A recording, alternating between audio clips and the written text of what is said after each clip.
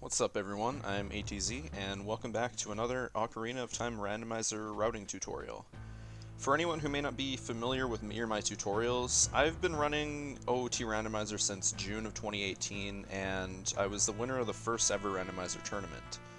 The first tutorial that I released in August has had a ton of positive feedback from the community, and since randomizer has changed a lot since then and players are getting way better, I figured it was about time to make a second video.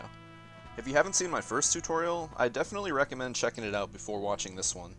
I'll leave a link to it in the description.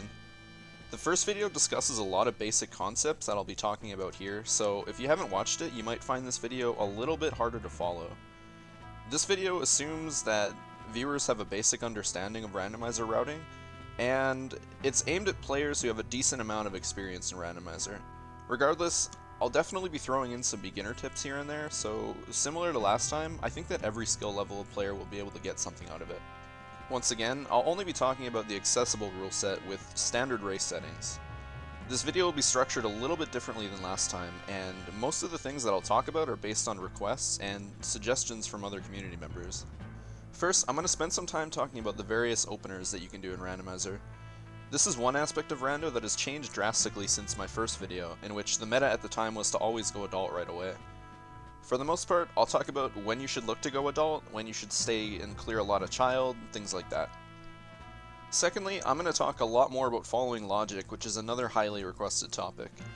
This will include sections such as when to follow the logic and when to break it, as well as thinking about your major items in more detail to help you make choices.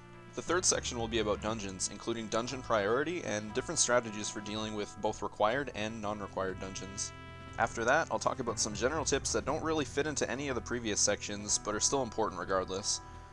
A lot of stuff here will relate to different techniques to improve at randomizer and other topics such as your mindset while trying to get better. Lastly, and definitely the most requested thing by far, I'll be doing 2 reviews of my runs to show off some of the things I've talked about from both videos in a more practical way. The first run will be the weekly race that took place on December 22nd, in which I got first place by around 13 minutes. The second review will be game 1 of the grand finals of the randomizer tournament against What the Hell's Happened. Both of these races are pretty straightforward in terms of routing, but they're both really good examples to help explain my thought process while playing and also show off some unique routing decisions. Anyway, sit back, relax, and enjoy. So let's talk openers. People ask me about openers extremely often, especially since these days most top runners use a different opener in pretty much every single run, and it can be really hard to follow. First, one thing to understand is that your opener, while important, is really not something that will make or break a race. There's no perfect route for every situation, and all of the popular openers have some form of weakness. What is important is your ability to adapt to unlucky openers and make the best of what you find. So these days there are 2 main styles of openers. First is adult early, which I talked about a lot in the last video, and second is a long child section, with the most common being the 3-song route, named after the songs at the ZL location, the ranch, and Saria, which are all obtainable very early and without much effort. For the most part, deciding whether you should stay child or go adult early on depends on which items you get from your very early checks, as well as the song you get from the ZL location. The ZL location is one where it's incredibly rare to be worth it to skip before going adult, simply due to the fact that you're going to do it in 100% of the seeds you play anyway, and it might give you something beneficial for when you go adult, such as a song that you can chain into more songs. There aren't many benefits to skipping ZL early unless you did some sort of route that would cause you to have to wait for a long time to get it. That being said though, the upcoming tournament is enabling skipping the stealth section, which means you can actually get ZL at night. This new possibility will open up some options, and runners might find new ways to handle the early game that could involve skipping ZL for a little bit. The main strength of adult early is that it allows you to pick up another song from the windmill at minimum that has a pretty decent chance of either helping you get around faster as child, or helping full clear certain areas as child without the need to backtrack later in the case of something like Saria's song. It also allows you to check the pedestal of time much quicker, which can help make decisions as child in terms of when to go adult and do your progression dungeons, or even if it's a safe play to dip Jabu as child. Sometimes with long early child routes, you end up in a situation where you find the letter and the boomerang with no fast way of reaching the market to check the pedestal, so going to Jabu can be either a great play or a big waste of time just due to the lack of information. Adult CAC in general is also a very strong early game location that, similar to ZL, you're going to eventually clear out in pretty much every seed that you play. Personally, I would almost consider clearing out Adult CAC to be the equivalent of progression based on the song and the amount of fast, condensed checks in the area. In the case that you find something useful in Adult CAC, such as bombs or a hookshot, you can use those items to go even further into the adult section for even more songs that can help you do even more stuff when you go back child. The weakness of Adult early is the fact that it's always going to force you back child relatively quickly unless you get a 1 in a million seed where all of your progression is in Adult. Traveling back to the Temple of Time and transitioning between Adult and Child takes a decent amount of time each time you do it, so it's something you definitely want to avoid doing very often. On top of that, in terms of songs that you're pretty much always guaranteed to get in every single seed, Adult has 1 in the form of the Windmill, and Child has 2 in the form of Ranch and Sarias. There's a higher likelihood that you'll find something major for Adult as Child, as opposed to finding something major for Child as Adult, simply due to the fact that there's an extra guaranteed song as Child. Early Adult routes thrive in situations where you find something like Explosives or the Hammer to do a bunch of DC and Goron City. In general, I think clearing DC is a good play in nearly every seed regardless of it being a medallion or stone, similar to Deku Tree. If you have bombs early, it's really quick and has a low logical requirement for entry, making it pretty likely to have items compared to most other dungeons. In the worst case scenario, you'll find nothing, but most of the time everyone else is going to clear DC as well, so it's pretty safe. Someone who plays risky and decides to skip it will save around 5 or 6 minutes over you if it has nothing, which isn't a massive disadvantage either. Songs like Minuet, Bolero, or Requiem from the ZL check are another good reason to go Adult for a quick song chain. You can get ZL and do the Composer Grave too, but with the inclusion of Flame Storage in the accessible rule set, that usually makes doing the Composer Grave a better option as Child now. You can also start with the Forest Medallion, which gives you another free song just for going Adult, but getting the song from that location doesn't mean you should continue further into the Adult section. You can easily just go Adult for the Forest Medallion song, check the pedestal, and then immediately go back Child with a free song and a lot more information for only a minute or 2 of commitment. Forest Medallion starts do make Adult sections a little bit more efficient though. One of the best ways that I find to handle early Adult seeds is to go Child CAC after ZL, but before going to Adult. This way you get a couple more checks done, and you can also pick up the Keaton Mask in the market as you pass through. It's just a bit more efficient compared to running through the market and doing nothing. If you plan to play a bit riskier and potentially skip some checks like Skull Mask or Cuckoos, then of course, just going straight Adult after ZL is much faster. Long Child routes tend to be better in situations where you find nothing useful at all in the first 10 or 15 minutes of your run. As I talked about in my first video, many Child checks statistically have the highest chance of holding progression due to the fact that many of the checks require nothing to reach them. As I've already mentioned, you can also get 3 guaranteed songs as Child before going Adult, and that greatly increases your chances of being able to chain songs later. While Child routes tend to minimize the amount of times you go back and forth between Child and Adult, this can both be a strength and a weakness depending on the circumstances. When you get seeds where you clear a large amount of Child, you have much less incentive to go back there later. That being said, it could be hours before you go back Child after going Adult, so if something important was on a check that you left behind for whatever reason, it could be extremely punishing. Along these same lines, clearing out most of Child early almost always means you're leaving behind a few checks here and there. It's nearly impossible to find every single useful item or song for Child without ever going Adult, so that opens you up to a lot of potential backtracking. Even if you're not necessarily stuck, this can make decisions way harder later in the run, and you can end up losing tons of time to movement alone whenever you decide to do Child cleanup. There are a lot of ways to route the early game as Child, so I'll cover a few of the most popular options starting from the very beginning of the game. Arguably the most popular route among top players is a variation of the Open Grotto route in Southern Hyrule Field. The reason for that is the fact that if you just go straight to the market, you have to wait quite a while before it actually turns night, so using the Open Grotto is a good way to help burn in-game time. An incredibly good option on 4.0 is to do Garuda Valley followed by Lake Hylia for a few different reasons. Since the weekly and tournament race settings now include hints on without the Stone of Agony, doing Garuda Valley and Lake Hylia gives you access to a few obscure gossip stones right away for some guaranteed information. On top of that, Child Fishing is fixed on 4.0 and you can actually complete it without the Kokiri sword, making it a really nice early game option to weave into the rest of that section. Depending on your movement ability, you can do all the checks in Gerudo Valley, check all 3 stones in Lake Hylia, do child fishing, set the scarecrow, look at the underwater bottle, and then catch the owl to get to the market right before it turns night. An alternate version of the open grotto route goes immediately to the market after checking the grotto. With good movement, there is just enough time to make it into the castle as it turns night, and if your movement is extremely good while doing this route, you can actually make it to the market during the day. This route used to be somewhat difficult to pull off and required a bit of practice, but now that a trick called Schrodinger's Chain is allowed and accessible, you can enter the market during night, making this route way easier to pull off if your movement isn't that great. Another option is to just go straight to the market and use your time of day to farm rupees for your various resources. I talked about this strat in my first video, so I won't go into much more detail than that, but for the most part, this is a very simple and safe route if you're not as confident in your movement or just want to have a lot of money to stock up on resources. Now, at some point you'll end up with the ZL location, and you have a few options from there. The most common play to eventually make is going to the ranch to get the song and the couple checks from there, then either play a warp song or just save warp out of the back of the ranch. If you don't want to go for that song right away, you can also do something like Child Cack or Gerudo Valley if you left it behind earlier, or even go as far as getting Skull Mask before going to save warp out of the ranch if you want to. Either way, your main goal is to eventually get the songs from the ranch and Lost Woods because they're so easy to get, and they tend to provide a lot of benefits.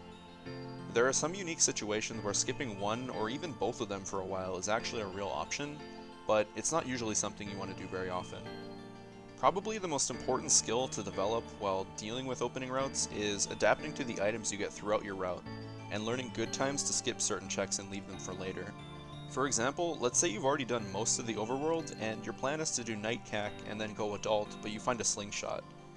While this does open up a new check in the woods, it's just way too inefficient of an option to bother with, especially if you're lacking warp songs to help you get around quicker. Whenever you get an unlucky sequence like this, sometimes you just have to roll with the punches and accept the fact that you have to leave some checks behind because they're just way too slow for you to bother with. The important thing is to take note of all the individual areas or checks you leave behind and consider doing them later in your run when you have multiple things you can chain into each other. Using this same example, let's say you leave behind the slingshot target in the woods, but later you find Saria's song, Prelude, and some explosives. Now you have a much better reason to go back Child at some point because not only can you get to the area you skipped way faster and get away from there way faster, but now you can do more checks that you would have had access to if you went there earlier.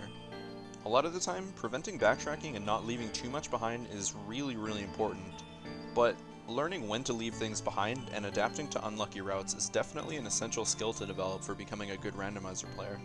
Lastly, in my opinion, the best way you can improve at routing in general, especially openers, is to experiment with different routes and try to get creative, even if you're not very confident that your choices will end up being better in that seed. If you stick to the same standard route every single time, you're not really gaining any additional knowledge each time you play, and just sort of hoping that the route you chose is a lucky route. So, if you prefer the adult early route, force yourself to do some long child routes sometimes, and vice versa. There's no rulebook for every situation, so the more you try different things, the more you learn about specific scenarios that you can only learn through experience. The best randomizer players have tons of different mini routes at their disposal, and they can completely swap their route on the fly when the seed calls for it.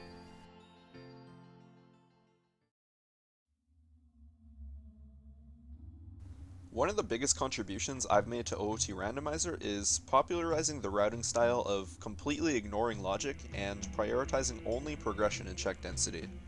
While this strategy is a great starting point and still ridiculously strong overall, in recent months I've realized that sometimes the simple statistical/mathematical approach to rando can be very punishing if you're not paying attention to logic.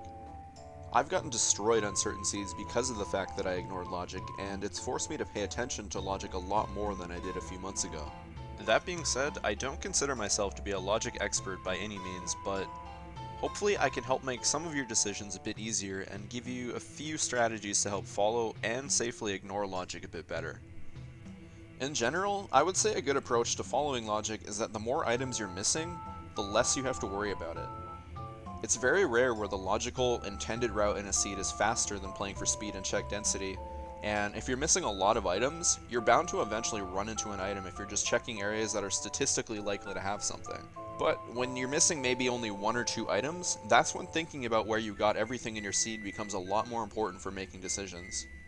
Here's an example from a recent race I was in that should help explain my point. I was in a situation where I had very few accessible checks left in the game, and I was still missing the longshot and the hammer. I had cleared almost all of Stone Shadow Temple, but left because I found a bow right before the block shortcut. I also knew that there was a small key and a boss key at the end of the dungeon, so it wasn't a great play to continue when finding the bow allowed me to full clear multiple medallion dungeons. After opening the block shortcut, I left and did my progression, then eventually went to GTG for check density. In GTG, I found my longshot, but one thing I didn't realize was that it was on the flaming chest that logically requires the hammer. After finishing GTG, I went to Water Temple, which, if I remember correctly, was the forest medallion in the seed, and that led me to Song of Storms. Upon seeing Song of Storms, I immediately left to go back Child and do the well, because that was by far the most check-dense area in the game. It was either that or Stone Shadow with 2 checks, so it makes sense, right? Anyway, I found the letter inside the well, which then prompted me to go open Ice Cavern, and while I was there, I decided to clear Stone Jabu at the same time because I knew that I was never going to come back there again. The problem with all of this is that since I found the longshot on the hammer chest in GTG, it was logically impossible for the hammer to be anywhere that was locked by the Water Temple being completed. I didn't realize this at the time, so I led myself on a wild goose chase that wasted probably 30 minutes when the hammer was sitting there waiting for me at the end of Shadow the entire time. While these situations are pretty rare, they still pop up from time to time, so knowing how to handle them can help you minimize mistakes and save time. Developing a habit of knowing if you're in logic at any given time is a really good start. Taking notes in a notepad can help with this, as well as with remembering other aspects of the seed, but I choose to play based on memory. It's personal preference for sure, but I feel like keeping everything in my head allows me to more actively think about my options rather than writing it down and only glancing over at it once in a while. No matter the strategy you use, keeping track of the items and the songs you find, where you found them, and whether or not they're logically reachable is a pretty good idea. It's important to keep in mind that just because you found something out of logic at that given time, it could very easily have been in logic had you done a slightly different route. For example, let's say you go into the well early. Inside the well, you find a required item behind one of the invisible walls, which logically require the Lens of Truth and the magic under standard race settings. Finding that item doesn't always mean that you're completely destroying the logic, and it could definitely be the case that one of the other areas that you have available at that point in time has the logical requirements for the item you found. Talking yourself out of great statistical plays is equally as harmful as not following the logic at all in some cases, so just be careful. This is yet another piece of rando that is best learned through experience, and there's really no way that I could list all the possible scenarios where following or breaking the logic is the better play. A common strategy that I use when it comes to decision making is thinking about which spheres I obtain certain items. For reference, a sphere is one of the steps in the logical playthrough of completing the randomizer. Items that require no items or songs whatsoever to reach are called Sphere 0 checks. Anything that is unlocked by items you found in Sphere 0 checks are called Sphere 1 items, and so on. For the most part, it's really unlikely that items you obtain in early Sphere checks are not required for anything. So whenever you find, say, Din's Fire in Mido's house, it's usually pretty safe to assume that you're gonna need it for something eventually, even if it's not right away.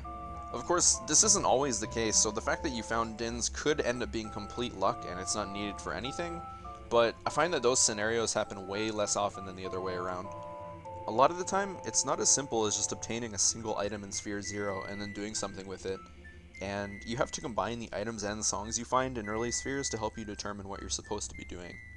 Finding a bomb bag in ZL could mean you're supposed to find something in Zora's Domain or a fairy fountain. Finding Requiem and the boomerang could mean you're supposed to find something in Child Spirit. Finding Epona's song and a bow could mean you're supposed to find something in GTG, and you get the idea. While you don't want to allow your early game items to completely dictate your route, trying to weave areas into your route that are both efficient and logically make sense is a really safe strategy.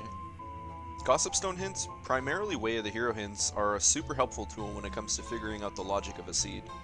By using hints, sometimes you're able to figure out the logic of the seed based on items or songs that you get that normally aren't very important, such as things like Song of Time, scales, wallets, and so on.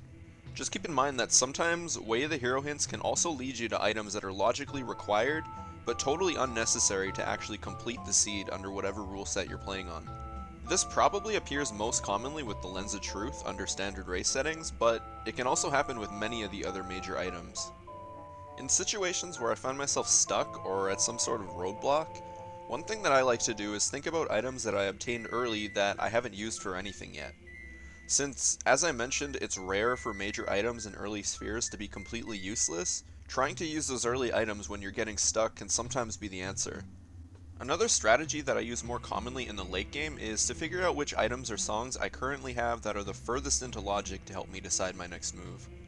Sometimes neither of these strategies will help at all because in the end it's still random, but from personal experience, using both of them works out a lot for me. This might sound a bit silly, but as you gain more experience with rando, you eventually learn to pretty reliably identify if you're stuck because of something you should already have, or if you're stuck because you just haven't reached your progression with your late game items yet. Sometimes it just feels as though something is off about your item set and you should have something else to be able to do more at that point in time. Once again, it's important to ensure that you're always within logic when dealing with late game items in particular, because you could be making the same mistake that I gave in my example at the start of this section. Progressive items are especially interesting in logic because it's really common to find, say, the first strength upgrade out of logic and out of order completely. Situations like that can actually be really beneficial because it could be that the logical first strength upgrade is behind some really complex or tedious logic, so finding progressive items out of logic tends to be extremely helpful. Times like these are usually when I start to throw logic out the window, at least for a while, because as long as I'm able to do what I'm supposed to do, it doesn't really matter if I found the correct hookshot or not. Sometimes breaking logic allows you to skip multiple logically required steps entirely. On top of that, if you get to the point where you know you were supposed to find the hookshot much earlier, that can actually help you significantly narrow down your options for where it could be when you need to find your long shot later on. Breaking logic can occasionally help you complete seeds way faster than normal, and it can sometimes actually help you work backwards and solve the puzzle of whatever seed you're playing in reverse. To summarize my thoughts on logic, following it more strictly later in the seed is much better than following it strictly early in the seed, but you should try to use your early items to help form your route and give you a sense of direction. In the majority of seeds, you can absolutely still get away with never thinking about logic at all, so if you're a beginner and you find it overwhelming to think about, which even top players do sometimes, don't worry about it too much. Eventually though, you should try to think about logic as much as you can because it can help you prevent big mistakes. On the flip side, you should never be afraid to break logic and make smart statistical plays. As long as you're sure you're not chasing down a logically impossible item to reach, breaking logic is often beneficial and can help you complete seeds faster. It takes a lot of practice, but finding a good balance of following and breaking logic when necessary is definitely the point you should strive to reach over time.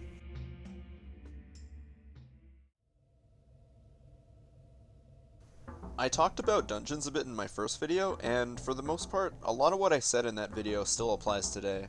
For example, you should always do your progression dungeons shortly after you gain access to them, and I don't think that basic strategy will ever change. However, some of the things from that video are a bit different now since rando has changed quite a bit and players have gotten better. Dungeon priority is something I get asked about a lot, so I might as well throw that in here and talk about it a little bit. This list assumes that all of these areas are not known to be required, and you're specifically there to help you find more items or songs to advance your seed. We'll also be assuming that you have the means to full clear all of them, so there won't be any theoretical scenarios that only have half of the items necessary to beat a certain area on this list. Deku and DC are definitely the top two options. Personally, I clear Deku in every single seed that I play, and I clear DC in probably 90% of them. They're both really quick to access and complete, and statistically they both have good odds for finding items. Deku has the advantage here because DC still has some requirements, but it's still really good. Spirit is by far the best adult dungeon in the game when it comes to check density, and it's also the fastest to full clear, not including Twinrova. When I find Requiem as one of my first few songs, Child Spirit is a play that I tend to make really often. Next up is the Well. When done quickly, the Well only takes about 5 minutes to full clear and has 14 total checks with only 3 of them being keys, making it the most check dense area in the entire game. The downside is that depending on your settings, the Well can be locked behind a lot more logical requirements than usual, giving it a lower chance to hold items. Part of the Well's value stems from when exactly you get Song of Storms. With Storms early, I'll usually do the Well every time, but if I find Storms later, I tend to put it off a lot more often. Next is GTG. Admittedly, I probably weight GTG higher than some other top runners, but it's another really check dense area. The downside is that it can take around 5 minutes of commitment to even be able to access it in most cases, but some settings can speed that up a bit. Regardless, it still has a pretty high chance of having items relative to other dungeons, so despite taking a little while to reach, it's an amazing option when you're in logic and missing a lot of items, but not as good when you're only missing one or two. Shadow is next because it also has a pretty high chance of having items and has a lot of real checks. The downside here is the length of the dungeon. Ice Cavern and the surrounding area take a bit of commitment to reach, but it's not quite as bad as GTG. This area has a lot fewer checks than a lot of other places, so it's not great, but Ice shoots up in value if you're missing a crucial song. Forest is the highest chance of holding items compared to the remaining 3 areas, and also holds the most possible checks, making it a better choice through that math alone. Fire has a lower percentage of having an item compared to Jabu, but it also has a few more checks and is usually a lot easier to reach. Jabu only has 4 checks, takes a long time, and the checks it does have don't have great odds. Water has 4 checks too, but Water is statistically the worst dungeon in the entire game by a pretty big margin. Ganon's Castle is obviously only reachable after you've collected all the medallions, so it doesn't have that much value. But if I'm missing light arrows and I've completed a large percentage of the game, sometimes I like to check the light trial before getting the hint from Ganondorf. Since the light arrows can logically end up anywhere in the game in every seed, the light trial is actually a good choice when hunting for light arrows because you can get 8 checks in only around a minute of commitment. While this list can work well as a baseline, be sure to consider things such as seed logic when making decisions for where to go, because that can have a big effect in giving an area a lot more or a lot less value than normal. Double dipping has become a much more widely used strategy since my first video, where at the time, a lot of players avoided certain areas such as water like the plague until they were full clearable. That mentality has changed quite a bit, and these days, you'll see a lot more top players dipping into the required dungeons, even the bad ones, way earlier than they used to. A very popular strategy for water in particular is going in there just to try to find the boss key when it's a required dungeon. Since you'll have to do it eventually anyway, doing this is a very low risk play that finishes some of your guaranteed progression. Sometimes you'll find the boss key right away and you can decide to leave, and other times you'll be forced to clear the entire dungeon to find it. The main hope with this strategy is that while searching for the boss key, you'll run into another required item along the way. While this is a really low percentage of happening, it does happen sometimes, so making the play for the boss key at the very least is generally really good. Other times, you can enter water without certain requirements, such as the Song of Time, and through searching for the boss key you can give yourself a lot of information. If you discover that the Song of Time is required, it could mean that you have an edge over other runners in knowing that you have to be hunting for songs. You can use a similar strategy in most of the other dungeons too. Another very common example is dipping into Forest Temple with only the hookshot and either Song of Time or the bow. You can clear out the first section and the courtyard area with these items, and then you can warp out of there from the check in the well. Overall, you lose very little time to movement, and you ensure that you won't lose even more time if something required happens to be near the start of the temple. One of the most underrated items, especially among newer players, is Farore's Wind. FW allows you to quickly access certain dungeons after leaving them, which lets you make more aggressive routing decisions without being punished. For example, let's say you're halfway through Stone Fire and you find an item that lets you full clear a required dungeon. A lot of the time, this can leave you with a really difficult decision in that you can either put off your progression and full clear the rest of the dungeon right away, or leave to do your progression immediately and risk having an item further in Fire, which will then take you a lot longer to backtrack to. If you have FW, you can place it down and leave, so if you don't find anything in your progression, you can go enter any other dungeon and warp back to finish off Fire. It's a really simple strategy, but many players tend to overlook FW in situations like these. You can also use FW right outside Ganondorf's room before getting the light arrow hint, then save, check the hint, reset, and then warp back after you find the light arrows. A great quality of life change on 4.0 is the addition of separate flags for FW, and you now have one for child and one for adult. In the original game, setting FW and then traveling to either child or adult would remove your warp point, so having one flag per form makes FW even stronger now. This change is huge for Jabu in particular, as you can drop FW at the start of the dungeon and be able to warp back much later in the run. This works great whenever you're missing the boomerang to full clear, or if you're just in the area to open up Ice Cavern at the time. Since Jabu normally takes a long time to reach even with Serenade and a scale, Using FW for this purpose can save you a couple minutes on this usage alone, and even more if you drop it further in the dungeon. One last thing I wanted to point out for dungeons is that upon clearing them, they all change your in-game time in a certain way. One of the most noticeable examples is that upon clearing water, the sun is always in a perfect position for you to shoot it and get the fire arrows check. All of the dungeons act this way and set you to varying times of day. The reason this is important is because you can use different dungeons as sort of an indirect sun song and change your time of day to make routing certain spots easier. This is mostly relevant for your early game dungeons, but it can be useful in late game too. I use the Deku Tree for this purpose a lot. If you're looking to improve at dungeons, Dotso and I made a video a few months ago that shows off the most common routes used in randomizer dungeons, and many of them include FW usage to help save minor time. While the video is a little bit outdated at this point, it's still a good resource for learning how to clear dungeons faster, and the clips used in the video all have pretty decent execution. Keep in mind that depending on your item set, the best route you can take through each dungeon can slightly change. If you tend to struggle with bosses, Dotso also has a boss kill guide that showcases and gives advice for dealing with all the bosses in the game. I'll leave a link to both of these videos in the description. The simplest advice I can give for dungeons in general is to always do your progression when you have access to it, even if that means doing only part of the dungeon initially. No matter what, clearing areas that you know are required is always going to be your best play. You can put off progression for a little while if you're in a place that will take a long time to get back to, but don't put off anything for too long.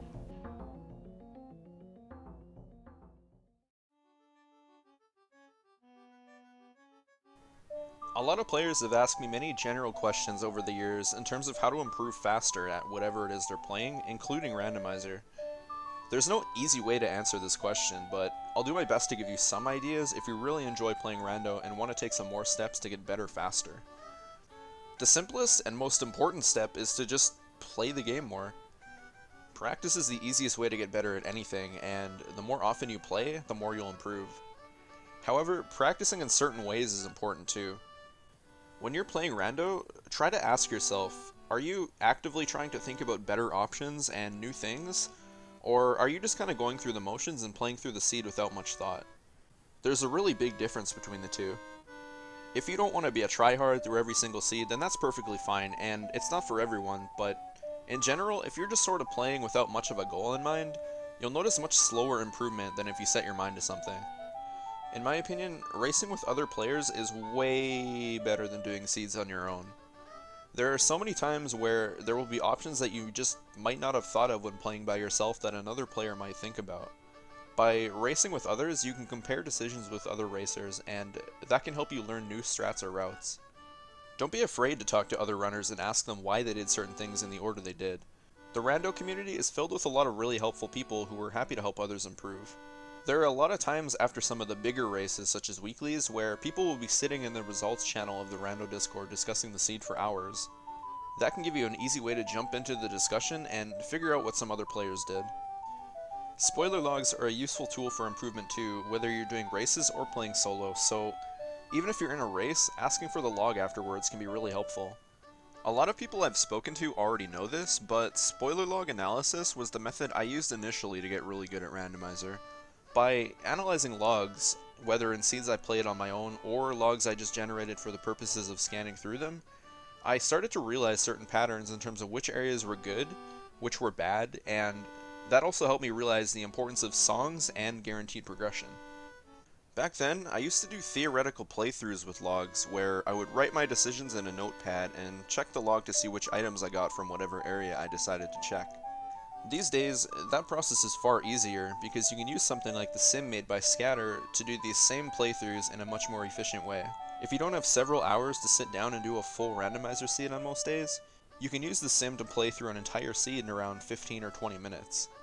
Doing a couple of these per day is still a really effective method for improvement, even when you're not able to play the game.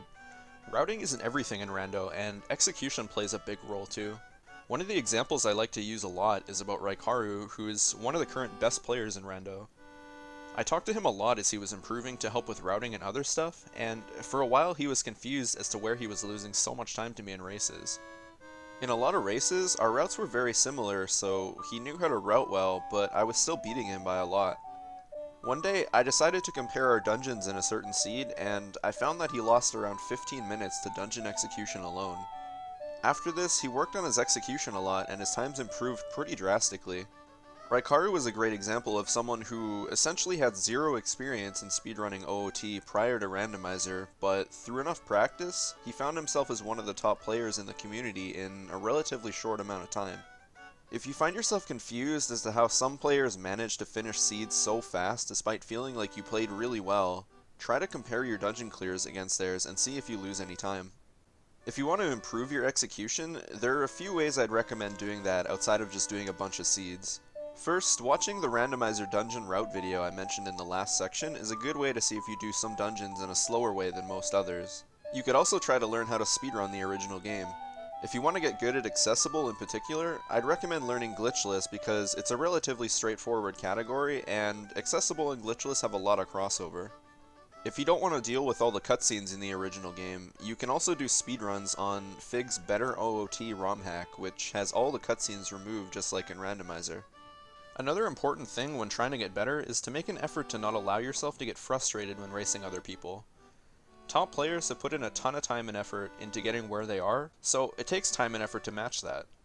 If you expect to jump into races and start winning right away, it's not very realistic and you could just end up discouraging yourself from playing. This applies if you're a beginner to OOT in general, or even if you're an experienced OOT speedrunner with years of experience. Rando is a lot different than the vanilla game and requires a much different skill set. If you play the game and treat every seed as a learning experience regardless of your placing, I guarantee that over time you'll definitely get better.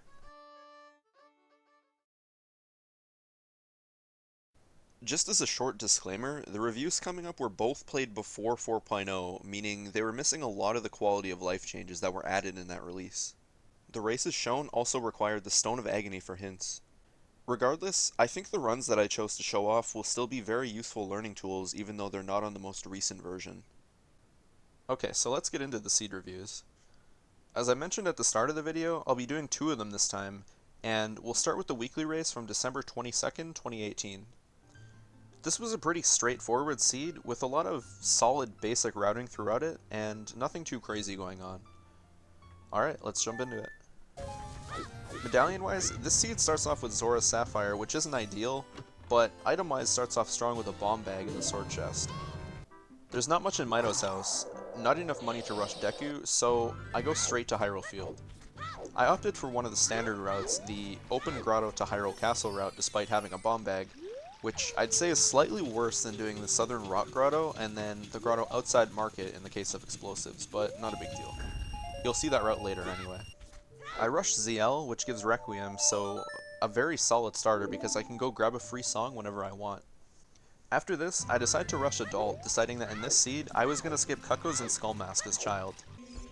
The medallions for this seed are in Spirit, Forest, Shadow, Jabu, Water, and Fire. The Windmill has Serenade, which isn't great, but it can help with a little bit of child routing and give faster access to water later on. Cack in the Graveyard gave me an interesting set of items, namely a huge rupee, a Deku Nut upgrade, a Deku Stick upgrade, and most importantly, Furor's Wind. These items are all useful, but they don't let me do anything right now, so I go straight to DC and clear it out. DC was completely empty other than a Deku Shield, but while clearing it I realized that with my medallion and stone layout, clearing DC and Deku gets me the Ocarina of Time song. Since I was already halfway there, I decided to go back child and grab that sooner rather than later. In a lot of cases, I would continue up to Goron City at this point, but I opted against it here for a couple different reasons. For one, I didn't have a hookshot or hover boots yet, and I figured I was unlikely to find either of them in the few checks further ahead, so getting Bolero was not very likely. I could have also pushed to get the song from Forest, but since I had 4 songs I was guaranteed to get in the desert and in my child section, I left it behind. There was a decent chance that I would find Bolero or Minuet in those 4 songs, and that would help me get to both of those areas a little bit more efficiently. So, before going back child, I played Requiem to grab the song from Spirit to hopefully allow me to route child a little bit better, but it was Song of Time. In Child, I mainly had 3 goals that I wanted to do as soon as possible, and whatever items or songs I found along the way would help determine my direction from there. First, I wanted to clear Deku not only for a high chance of finding items, but also to unlock the OOT song. Second, I wanted to get the OOT song in an efficient way that wasn't just running to the castle to grab it. And third, I wanted to be sure that I also grabbed the Ranch and the Lost Woods songs. Going adult first was convenient for this part of the run, because as I mentioned, I found Deku Nuts, Deku Sticks, a Deku Shield, and a huge rupee. In most cases, I'll generally hang on to my money specifically for Deku, but since I have everything I need already, it allows me to do Bomb Chew Bowling and the Slingshot game, which I skipped earlier. Both of them have nothing though. The ranch had ZL, which is huge for this part of the run because it unlocks the Composer Grave, and that gives me yet another song. Because of this pickup, Child Cack was definitely something that I had to fit into my route now. Due to my decision to skip Cuckoos, I wanted to try to do Night Cack if possible, because that would be a little bit more efficient overall, as I could do the Dampe check at the same time as the Composer Grave. The back of the ranch had Ruto's letter, which also fits really nicely into my current item set and songs. Finding the letter meant that after doing Cack, I could head up Zora's River for the few checks there, and also hand in the letter to unlock Jabu and Ice. I could even dip Jabu if I wanted to at that point. I save warped out of the ranch and went straight to Deku, finding the Iron Boots and the Boomerang, so now I'm able to full clear Jabu. One thing to point out is that the Boomerang was on Goma, so it was out of logic right now, but this is one of those scenarios where you really don't care about logic because you found progression. Those two items aside, Deku is a big piece of the puzzle routing-wise at this point because, by clearing it, I changed my time of day to something I was a lot more familiar with, and that would help me route my in-game time for this section of the run. After Deku, I head into the Lost Woods for some easy checks, but I make a small mistake and enter the Deku Salesman Grotto 5 rupees short. Even though I grabbed a blue rupee on the next screen, I decided to leave that grotto behind for a couple reasons. For one, I knew I'd likely be passing through the area as adult soon for the song check at the very least, and two, I knew my next destination was Lake Hylia, and I needed at least 10 rupees for the Deku Salesman in the Bombable Grotto over there. Saria gives Song of Storms, another amazing pickup that will let me do the well while I pass through Cack. After this, I play Serenade, and this is where the bulk of the in-game time routing comes into play. I grab the Scarecrow, followed by the Bombable Grotto, and then head to Gerudo Valley. Gerudo Valley has the Mirror Shield, one of my required items. From here, I make a little bit of a strange play unless you understand what my plan was beforehand. I wanted to go to the Owl to take me straight to the OoT cutscene, but instead of playing Serenade from where I was at, which would have been way faster to get to the song in terms of real time, I was managing my in-game time, and I knew that if I did that, I would be way too early for Night Cack and force myself to wait. So, because of that, I swam back down the river to get to the Owl, allowing time to continue moving rather than stopping it with the cutscene of the Warp Song. OoT has Saria's song, which is not great, but at the very least I can do both of the Saria checks when I head back to the Lost Woods. From here, I knew I would still be too early if I saved warp back to the woods and then went to Cack, so I continued inside the market and burned some more in-game time getting to the Castle Ferry. This is a really efficient way to deal with this ferry in particular because anytime you can grab this check and have the ability to warp away, it's always ideal. I usually avoid doing this check if my plan is to go adult right after it. I just think it's a pretty big time commitment to run all the way out there and then have to run all the way back to the market. Anyway, I save warp back, then do the Song of Storms Grotto, Skull Kid check, and then head into Goron City, which is full clearable other than the last check in the maze. By holding off on Goron City a little bit earlier, I enabled myself to find Saria's, which let me do even more checks than I would have been able to before. I actually opted to skip the maze entirely due to how much I had available as child, and also the fact that I still had to come back to this area as adult anyway. There weren't really any other important items that could help me in child at this point, so I just decided to hope for either the hammer, hover boots, or 2 strength upgrades from the rest of my child section. In the worst case scenario, I would find nothing, and I'd just do those checks as adult along with the rest of the area, so it wasn't exactly a risky gamble or anything. Now that I'm at CAC, all the in-game time routing was done with, and here's how it turned out.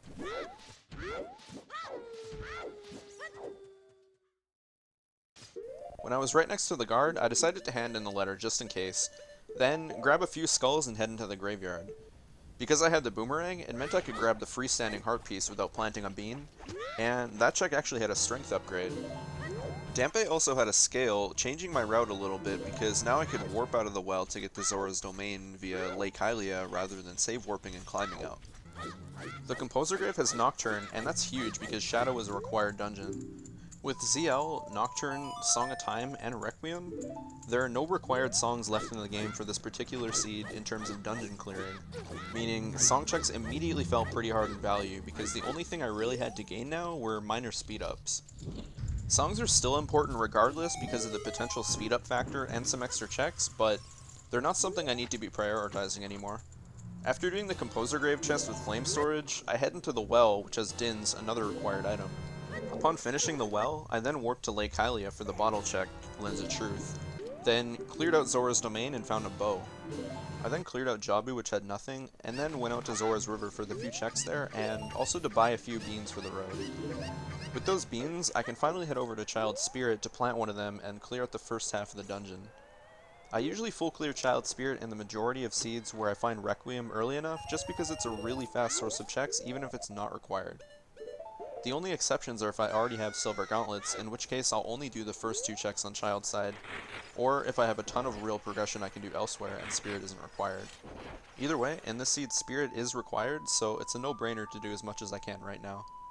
Unfortunately, Spirit doesn't have anything, and neither does the Desert Fairy Fountain, so I'm kind of out of options, especially as Child. While I've found a lot of required items so far, I can't do a whole lot with the ones that I have. The biggest thing that I'm missing is a hookshot, which would let me full clear Forest, clear most of Water, and access Fire Temple. This is a pretty classic roadblock situation in which one item unlocks a massive part of the seed. So this is the perfect time to think about my item set and exactly where I've obtained everything that I currently have to try to figure out a direction. The main items that open anything are the bomb bag, but I've already done a huge amount of explosive checks including DC, the bow, which basically opens a single check in CAC, the letter that opened up Ice Cavern, and the iron boots, which would let me full clear the area around Ice Cavern. So my 3 main options would be Goron City and the Crater, but I'm not able to full clear that place. Lake Hylia, but I decided not to plant the bean as Child, and the full clearable Ice Cavern. Another thing to note is that the iron boots and the letter were both on checks that required 0 items to reach, which usually means that they're necessary for something, especially in the case of a combination of items like this. Ice was feeling really suspicious the entire run so far just because of when I got irons and the letter, so I committed Ice. And it turned out I guessed right, and I found the hookshot on the exact check that required the iron boots. So now with the hookshot, I had access to tons of different locations, but I wanted to clear out Ice just to be extra safe because it would be a long time before I would ever come back here.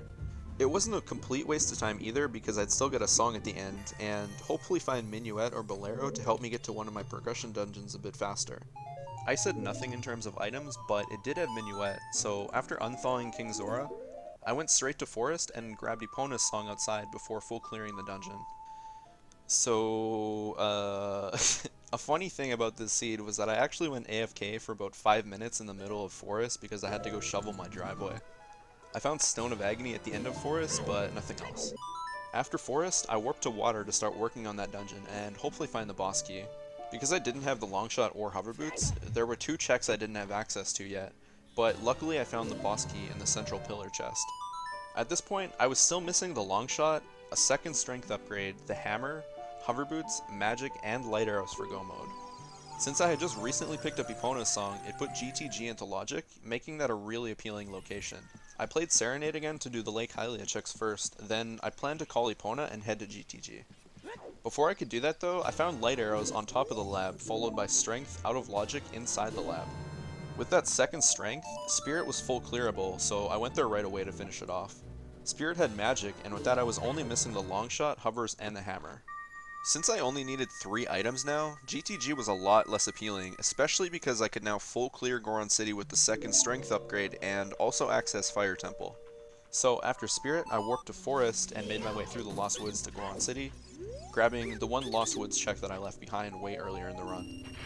Now, Goron City made me really sad because I found the Longshot in the hammer chest of the maze, immediately followed up by Hover Boots on Link the Goron. What this meant is that if I came up to Goron City 2 hours ago, I would have found my first hookshot way earlier than the one at Ice because you can actually use the box on the right side of the maze to reach the left side with the Hover Boots. Ironically, my decision making during the hookshot roadblock didn't even end up mattering because no matter which path I chose, I would have ran into a hookshot either way. The one I found was in logic first though because even now I was still missing the hammer and the second strength upgrade was still out of logic due to not having the gold skill. In hindsight, I think the route that I chose was actually better for me overall because I think if I found the hookshot from Goron City, I would have been much less likely to go to Ice Cavern, and I might have went to GTG instead for the check density. Anyway, now the only thing I was missing was the hammer, and I could full clear Shadow. I decided to go into the crater for the outside chance of finding Bolero, and it was actually there, so upon seeing that, I just instantly left for Shadow.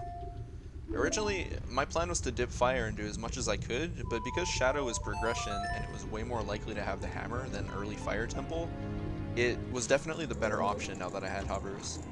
And the hammer was in early Shadow, so that was go mode. From here, I just finished off Shadow, then went to Fire. I guess one interesting play I can point out here is that after doing the 2 hammer checks and the check by the boss door, I was still missing the boss key, so I placed FW in the room where the boss is, and then went to go find the boss key. This is a fast option in the case where you're only looking for the boss key in Fire because it replaces the save warp and skips a little bit of movement. I found the boss key halfway up Fire, so I warped back and cleared it. Then finished off Morpha, then Ganon, finishing this seed with a 308. That's a really good time, considering I cleared all 8 dungeons in this seed, along with the well and ice, and I even went AFK for around 5 minutes in the middle of the run. So anyway, this was a very straightforward seed.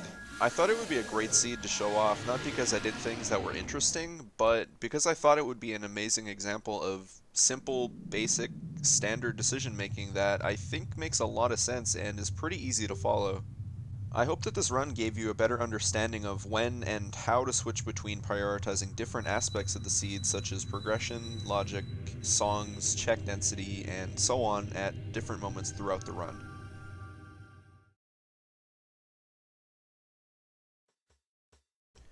Alright, let's move on to the second seed review, Game 1 of Grand Finals against What the Hell's Happened in the first accessible tournament.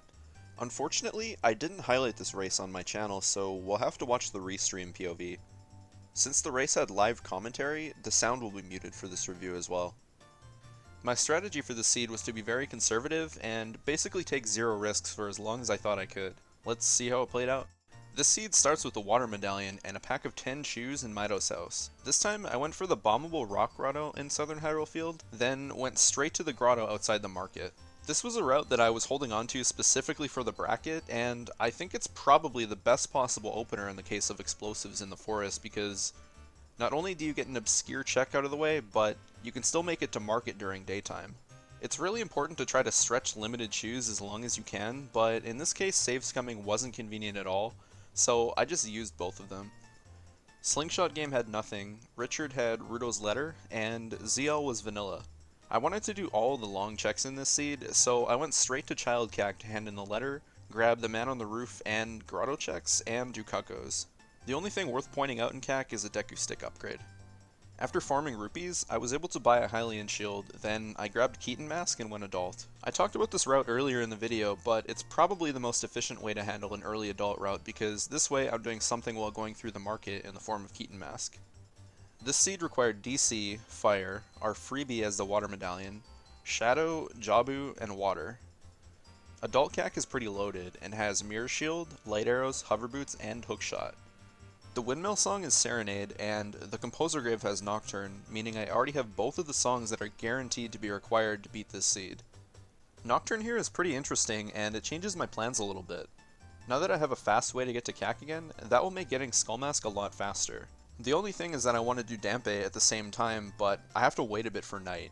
To help with that, I decided to go to Zora's River as adult and do as much as I could before it turned night. Right as it hit night, I saved to lock my in-game time and then reset after the open grotto to go back child. In hindsight, going up to the check at the top of the river would have been a better play here, but I think in the moment I was so concerned about my in-game time that if there was an item up there, it would have messed up all of the routing that I just spent time setting up. Alternatively, I could have done part of DC with my choose, but I couldn't even clear it completely, so it definitely wasn't worth it. The first thing I do as child is go straight to Cack with Nocturne, and Dampe actually has the long shot. This is really interesting because it's actually a Sphere Zero long shot, and to me, that makes GTG super appealing. After grabbing skulls in Cack and handing in the Keaton Mask, I went up to Death Mountain Trail for the checks in the wall and on top of DC, but the main purpose here was to pass time. Going up the trail would let me get into the market without waiting at all, so now I could grab Skull Mask before ever going into the Lost Woods. From here, I went to the ranch and picked up Minuet, and that let me warp out of the back of the ranch to grab Saria's song, which was vanilla, and that lets me do another check inside Lost Woods on my first trip. Rather than going down Sacred Forest Meadow and into Lost Woods, I played Serenade to go set up Scarecrow and also do the checks outside Lake Hylia and Gerudo Valley. I was already planning on save scumming a lot of my chews just to be safe with my explosives, at least until I found a bomb bag, and I figured this routing was a little bit better for doing that. Before using my chew, I saved, then did the 4 checks I was planning on and didn't find anything, so I just reset to get that 1 chew back and to also get back to the forest, which was going to be my next destination anyway. Similar to the other seed we reviewed, I found Deku Sticks, Deku Nuts, and a Deku Shield while doing all of my early checks, so that meant I could rush Deku again without wasting any rupees, and that's really convenient because I needed 80 of them for the 2 salesmen in the Lost Woods. Deku only has fire arrows on Goma in this seed. Now I can run into the Lost Woods and do Skull Mask, the first salesman, and Ocarina game, then I save again before using more chews for the bombable grottos in the woods. The first one has nothing, Skull Kid gives nothing, but the second salesman is Dins. Dins is a required item in the seed, but because I don't have magic right now, I actually can't do anything with it yet. That being said, I value my chews higher than Dins at the moment, so after the Wolfos Grotto, I actually just reset and trade my Dins for 3 chews. From here, I head over to Zora's River and grab some beans and the last check in the river, then go into Domain even though it's technically out of logic for me at this point. The diving game has strength, and since Jabu is required, I go open up Jabu, which also opens up ice at the same time. Usually in seeds where Jabu is a medallion, going to the boomerang chest just to be safe is a good play, and it gets the first part of the dungeon completed. But in this case, my only option to hit the switch in the first room was to waste another chew, so I just left. Then I went over to the fairy fountain and saved outside, getting ready to save scum again, but this fairy fountain has my second strength upgrade. This was probably the last thing I was expecting to find, and I actually hesitated for a bit because it threw off my routing. I was down to 4 chews because I wasted one outside, but I didn't really have a choice in that I had to keep silvers in this situation even though they weren't known to be required. With nearly everything finished in the child section, I decided to go back adult, waiting for it to turn day before talking to the owl so I wouldn't have to wait for the bridge to lower. The first thing I did back as adult was play Minuet for the free song at Forest Temple, and I got Prelude. From here, I had a few options. I had Din sitting in Lost Woods just 1 screen away, but I still didn't have a bomb bag or magic, so it wasn't really worth it. I could also head to Goron City for the few checks in there and also clear out the crater, but that was another spot where I would have to expend my really limited chews to do some checks that were out of logic. DC was the Forest Medallion, and with strength I could actually full clear it now, but once again, I would have to use all of my chews out of logic to finish the dungeon. I could do Ice Cavern, but because I wasn't in need of any important songs and I didn't have the Iron Boots, it would set me up to have to backtrack later. Another option was Stone Forest Temple, but because I didn't have Song of Time or the bow, I decided to not bother with it. The best lead I had at this point in time to find more progression was my Sphere Zero long shot, and since I found silvers out of logic as well, it would let me do even more of GTG, so I decided to commit GTG and potentially Spirit afterwards. I made a misplay here and played Prelude to head back to GTG. I don't know why I used Prelude here, maybe because I just got it and it was fresh in my mind, but the better option was definitely to play Serenade. That way I could set up the Scarecrow, then do Adult Fishing and the lab check on the way to GTG rather than doing nothing coming from the Temple of Time. GTG has Boomerang in the Silver Gauntlets room, which is huge and actually gives a lot of information. Finding Boomerang in that room specifically meant I was most likely supposed to find the bomb bag somewhere from both of the strength upgrades in the Zora area, and that information narrows down my options to find the bomb bag by quite a bit. For the time being though, I was still going to stretch my chews as long as I could to do a few more explosive checks. I saved before the BMOS room, planning on resetting after that check and the 3 checks on the right side of the maze since I was missing Song of Time, but I found Iron Boots in the maze and I was definitely going to keep those in this seed. Because I didn't have a bow, I couldn't get very far into the left side of the maze, so I just left. At this point, I now had the ability to full clear Jabu and most likely be able to clear water. I could access 7 out of the 10 checks inside water with my current item set, so that's pretty good odds for being able to find the boss key. However, since I was already this close to Spirit and I didn't have Requiem yet, going to Spirit just for the song is a really appealing play despite it being a stone dungeon. I make this exact play pretty often, and it was especially good in this seed because no matter what I found here, it would either give me a useful warp song or a song to unlock some more checks, and the song check itself was actually in logic. On top of that, Jabu and water have some of the worst odds out of all the dungeons in the game for finding items, So leaving now to commit to both of them was actually a bit of a risky play despite both of them being required. I was still missing bombs, a bow, the hammer, magic, and potentially Song of Time for go mode, so check density and songs to a lesser extent are my biggest priorities right now. Because I kept the iron boots from GTG, I was down to only 3 chews, and I decided to use another one for the Desert Fairy and found Stone of Agony. That's actually a little bit scary because I knew I was supposed to have bombs already, so it was definitely in logic pretty early. I went inside Spirit first to check if I was key locked because that's another bit of helpful information to have, but I found a small key in the first chest, so I went back outside to grab the song. That got me Vanilla Requiem, so that means I can safely leave Spirit. The reason I didn't go for the song first in this case was because I also wanted to grab the stone outside Spirit, and I figured the order that I chose was a little bit more efficient in terms of movement. The stone told me that there was a bow on 50 skulls, which is definitely scary, but because 3 bows exist on this seed, I don't exactly need to start farming skulls just yet. I went water after this, hoping to be able to find the boss key. I found it in the first check in the dungeon, so I went straight to Morpha to grab my light medallion. Staying inside water to find items now wasn't a good option because I had a lot more things I had access to, including progression. Before leaving the area, I grabbed Scarecrow and do adult fishing, and that actually had the bomb bag. Going back to the misplay I made earlier before GTG, doing the Lake Hylia checks would have meant that I could have done other forms of progression before heading over to GTG, and that would have been a much safer option. In the end, I don't think it would have ended up mattering because I still think regardless of finding bombs and doing DC in my other progression, I would have went GTG pretty fast anyway just because of the Sphere Zero long shot. To follow up the bomb bag, the lab has a bow out of logic, meaning I don't have to worry about that 50 skull threat anymore. Now instead of going back to Child for Jabu, I play Nocturne and head through CAC on my way to DC. Optimally, this is a better play than going Child because while doing this stuff now, I could potentially find a scale and that would let me access Zora's domain faster. Going Child first doesn't really offer anything that would help me speed up this CAC/DC section. There's nothing in CAC or DC, so I head up to Goron City for a few checks, eventually wanting to get the song from the crater. I went to the maze and played Minuet to get out of there, and that way I can check 4 new stones and also pick up my Dins now that I have the bomb bag. Then I headed back into Goron City and did all the checks in the crater. I had sort of limited health at this point, so I went back into Goron City here and used the 200 rupees I had sitting on me to buy a Goron tunic, just to be extremely safe. At this point in the race, I figured I had a pretty big lead, so I could afford to waste a little bit of time playing for safety. The crater had Song of Storms, making the well another really appealing option for check density. It's worth pointing out that on tournament settings for the bracket, the well didn't require lens or magic for some of its checks, meaning the entirety of the well other than Dead Hand was in logic because that check needs Kokiri Sword. Now I dipped into Fire Temple, and without the hammer I was most likely to get key locked early, but again it's another important source of information.